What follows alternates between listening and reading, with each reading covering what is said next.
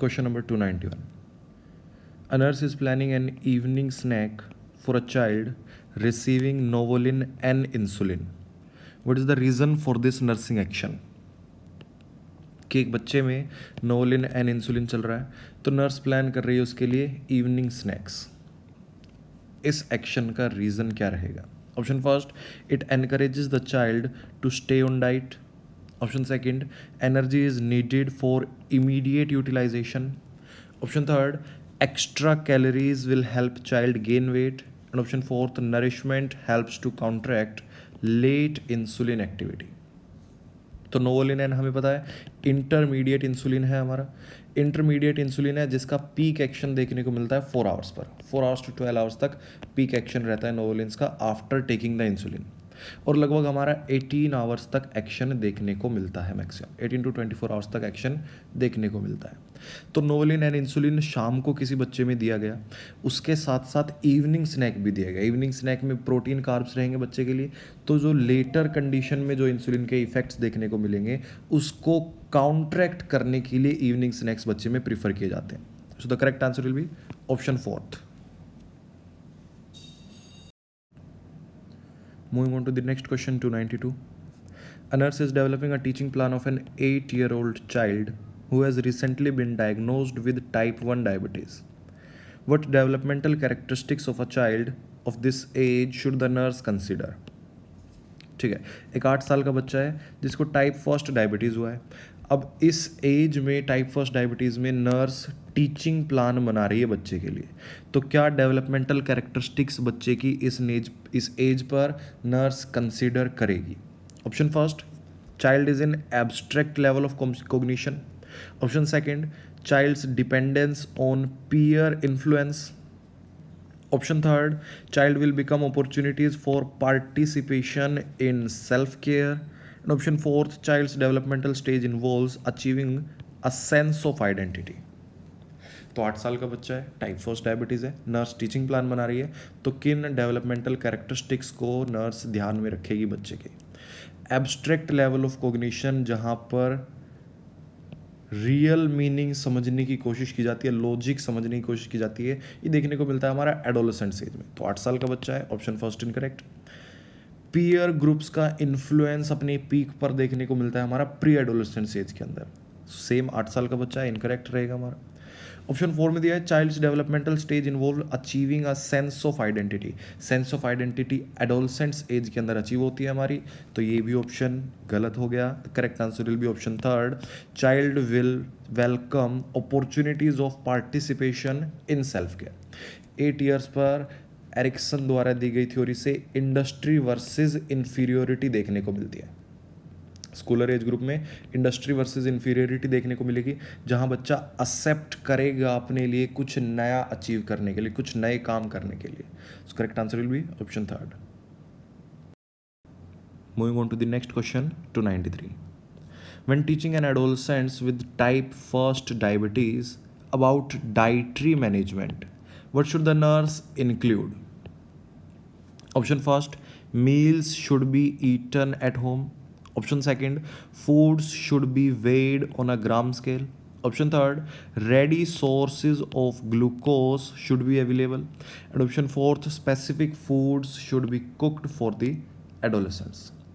तो एक बच्चा एडोलेसेंट्स है, टाइप फर्स्ट डायबिटीज़ की कंडीशन है, तो क्या डाइटरी मैनेजमेंट नर्स इंक्लूड करेगी उस बच्चे में?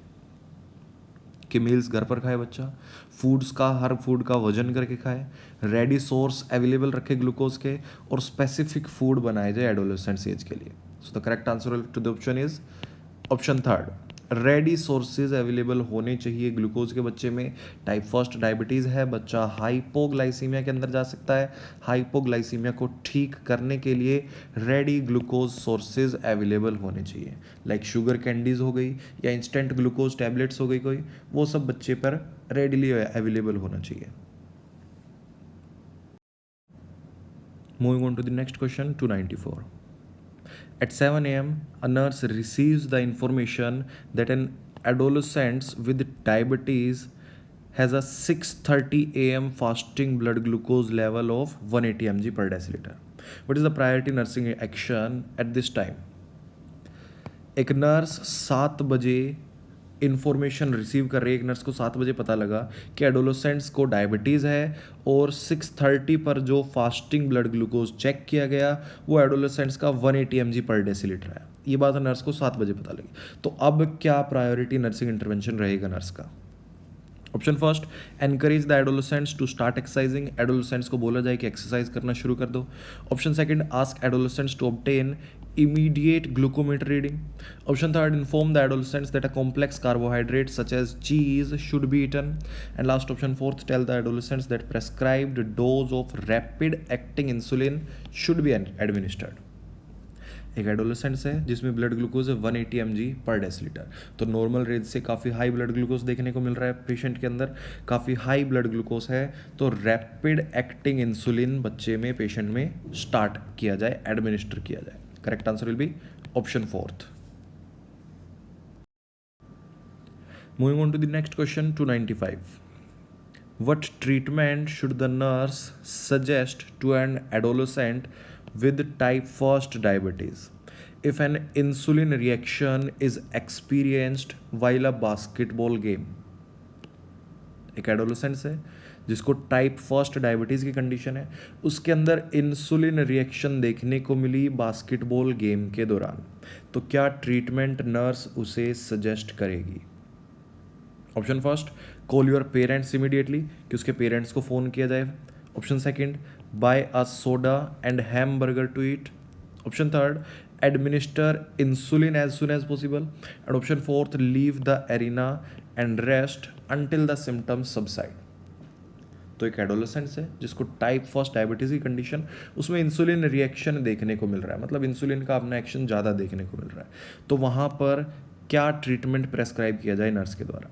The correct answer will be option second, कि पेशेंट के लिए, बच्चे के लिए सोडा और हैमबर्गर लाया जाए खाने के लिए जल्दी से, ताकि उसका ग्लूकोज लेवल राइज करे जल्दी से।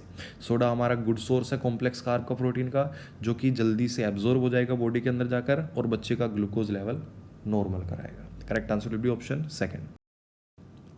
Moving on to the next question, 296. One principle to be followed for children with type 1 diabetes is to provide for the variability of the child's activity. What should the nurse teach the child about how to compensate for increased physical activity? कि किसी बच्चे में type 1 diabetes है, तो अगर उसके अंदर increase physical activity हो रही है तो नर्स क्या टीचिंग प्रोवाइड करे उसको कंपनसेट करने के लिए?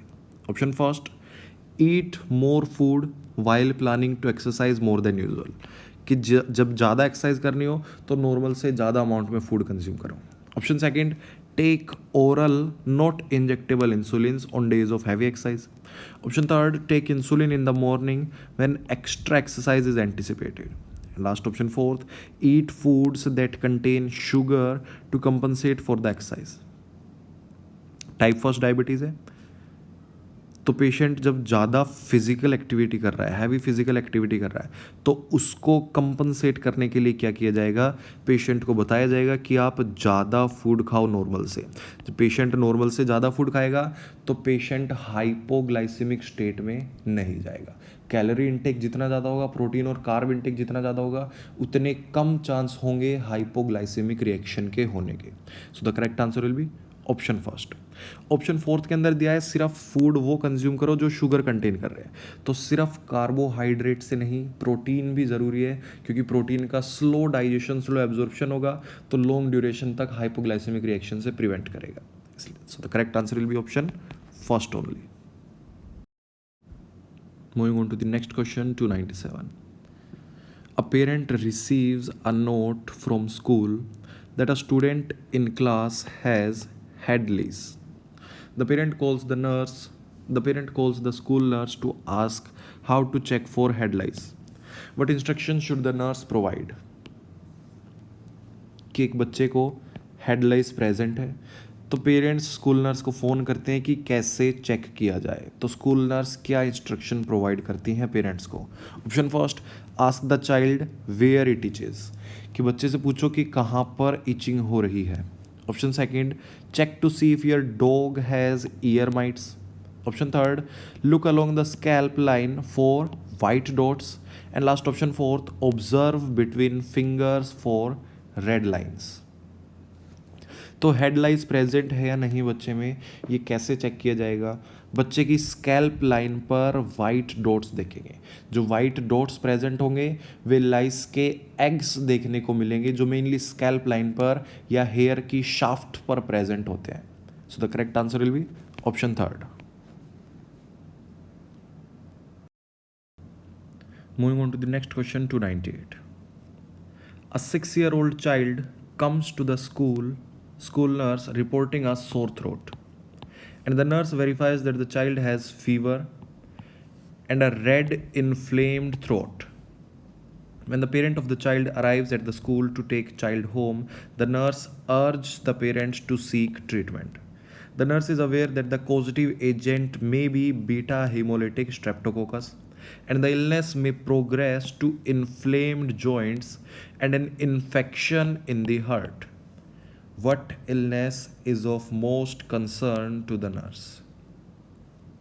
एक 6 साल का बच्चा है जो स्कूल नर्स के पास रिपोर्ट करता है सोर थ्रोट के बारे में। तो नर्स वेरीफाई करती है कि बच्चे में फीवर भी प्रेजेंट है और रेड इन्फ्लेम्ड थ्रोट भी है, सोर थ्रोट भी प्रेजेंट है। तो जब पेरेंट्स अराइव होते हैं, स्कूल में पहुंचते हैं, बच्चे को घर लेकर जाते हैं, तो नर्स उनसे अर्ज करती है कि ट्रीटमेंट कराया जाए बच्चे का, क्योंकि नर्स अवेयर है वहाँ पर कि पॉजिटिव एजेंट है बीटा हीमोलिटिक स्ट्रेप्टोकोकस। जो बच्चे को सोर थ्रोट की कंडीशन है उसके लिए पॉजिटिव एजेंट है हमारा बीटा हीमोलिटिक स्ट्रेप्टोकोकस, और वहाँ पर बच्चे में इलनेस प्रोग्रेस कर सकती है जॉइंट की इन्फ्लामेशन में और हार्ट के इन्फेक्शन में। तो नर्स का मोस्ट कंसर्न क्या होगा, बच्चे में कौन सी इलनेस प्रेजेंट हो सकती है? Option first tetanus, option second influenza, option third scarlet fever, and last option four rheumatic fever. तो स्कारलेट फीवर और रूमेटिक फीवर दोनों ही हमारे बीटा हेमोलिटिक स्ट्रेप्टोकोकस से देखने को मिलते हैं, लेकिन जॉइंट इन्फ्लामेशन और हार्ट इन्फेक्शन ये दोनों कंडीशंस देखने को मिलती है हमें रूमेटिक फीवर की कंडीशन में। रूमेटिक फीवर हमारी ऑटो इम्यून डिसऑर्डर जिसमें हमारी बॉडी की एंटीबॉडीज़ ही हमारी बॉडी की नॉर्मल सेल्स को डिस्ट्रॉय करने लग जाती है, जिस कंडीशन में 3 to 4 वीक्स पहले बच्चे में सोर थ्रोट देखने को मिलता है। उसके बाद क्राइटेरियाज, मेजर क्राइटेरिया और माइनर क्राइटेरियाज में से सिम्टम्स देखने को मिलेंगे। वहाँ पर joint inflammation, heart infection, CNS infection या फिर सबक्यूटेनियस टिश्यूज़ के अंदर इन्फ्लामेशन देखने को मिलती है। सो the correct answer will be option fourth, rheumatic fever. Moving on to the next question, 299. Based on developmental norms for a 5-year-old child, a nurse decides to withhold a scheduled dose of digoxin, Elixir, and notify the healthcare provider. Below what apical pulse did the nurse withhold the medication? कि एक 5 साल का बच्चा है, 5 years old है, तो nurse उसमें digoxin की मेडिकेशन को विदहोल्ड कर रही है। डिजोक्सिन हमारी cardiac glycoside, positive inotrope, negative chronotrope, negative dromotrope, responsible for decreasing the heart rate. तो यहाँ पर नर्स ने नोटिफाई किया हेल्थ केयर प्रोवाइडर को किस एपिकल पल्स से कम जाने पर मेडिकेशन को विदहोल्ड किया जाएगा। 5 साल के बच्चे के अंदर अगर एपिकल पल्स कितनी आ रही है तब हम मेडिकेशन को विदहोल्ड करेंगे। Option first 60 beats per minute पर, ऑप्शन सेकंड 70 पर, option third 90 and option fourth 100 beats per minute. तो बच्चे की एज 5 साल है, 5 years old के अंदर नॉर्मल हार्ट रेट 70 to 100 और 110 तक देखने को मिलती है। जो नॉर्मल हार्ट रेट होती है वो 70 से 100 या 70 से 110 तक देखने को मिलती है हमें।